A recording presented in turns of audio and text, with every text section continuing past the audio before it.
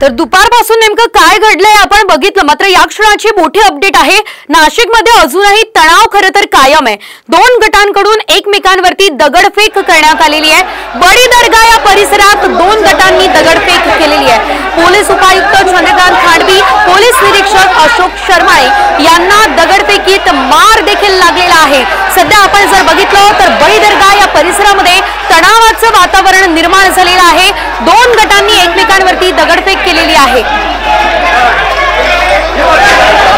यामध्ये सर्वात महत्त्वाचं म्हणजे पोलीस निरीक्षक अशोक शर्माळे आणि पोलीस उपायुक्त चंद्रकांत खांडवी यांना देखील मार लागला।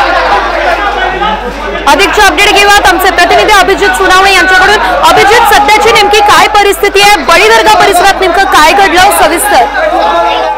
नक्कीच आता सध्या नाशिक शहरातल्या भद्रकाली परिसरामध्ये तणावपूर्ण शांतता आपल्याला पाहायला मिळते।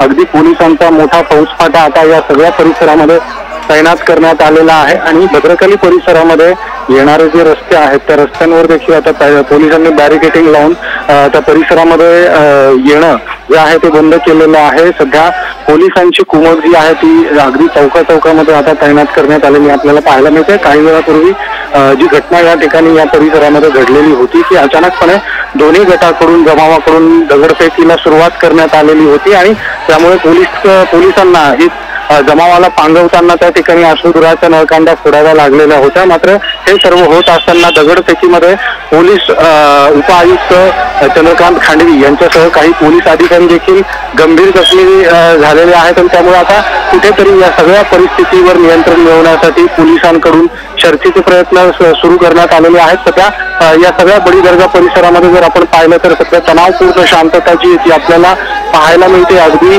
या ठिकाणी काही वेळापूर्वी मोठ्या प्रमाणात दगडफेक जी आहे ती दोन्ही बाजूकडून करण्यात आलेली होती। दगडफेकीमध्ये काही जण जखमी देखील झालेले आहेत आणि त्यामुळे आता पोलिसांची जी प्रायोरिटी आहे ती कायदा आणि सुव्यवस्थेची परिस्थिती अधिक बिघडू नये यासाठी पूर्ण नियंत्रण जे आहे ते परिस्थितीवर मिळवण्याचे प्रयत्न सध्या पोलिसांकडून सुरू आहेत। अतिरिक्त कुमक बोलवण्यात आलेली आहे।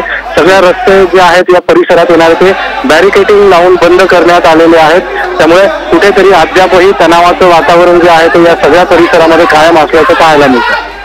निश्चितच अभिजित, मात्र सध्याची नेमकी त्या ठिकाणची काय परिस्थिती आहे? पोलिसांकडून काही प्रतिक्रिया समोर आलेली आहे का?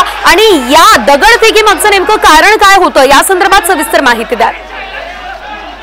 आज नाशिकमध्ये सकल हिंदू समाजाकडून नाशिक बंदचं आवाहन करण्यात आलेलं होतं आणि दुपारच्या वेळी जुन्या नाशिकचा जो भद्रकालीचा जो परिसर आहे त्या ठिकाणी काही दुकानं जी आहेत ती सुरू होती आणि ही दुकानं बंद करण्यात यावीत अशा पद्धतीचं आवाहन सकल हिंदू समाजाकडून करण्यात केलं जात होतं। मात्र त्याच वेळी काही दुकानदारांसोबत वाद झाले। त्या वादाचं पर्यावसन जे आहे ते पुढे दगडफेकीमध्ये झालं आणि नंतर मोठा वाद त्या ठिकाणी निर्माण झालेला होता। पोलिसांनी या वादावर नियंत्रण मिळवलं, जमावाला पांगवलं। मात्र दोन्ही गटाकडून जमाव जो आहे तो अधिकाधिक आक्रमक होत चाललेला होता आणि त्यामुळे काही वेळानंतर पुन्हा एकदा जोरदार दगडफेक जी आहे ती दोन्ही गटाकडून सुरू करण्यात आलेली होती।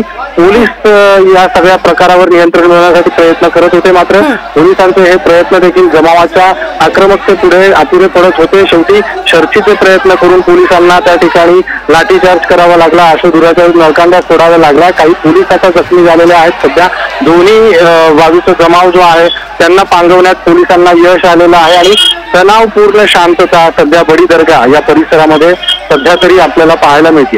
निश्चितच धन्यवाद अभिजित दिलेल्या या सर्व सविस्तर माहितीसाठी।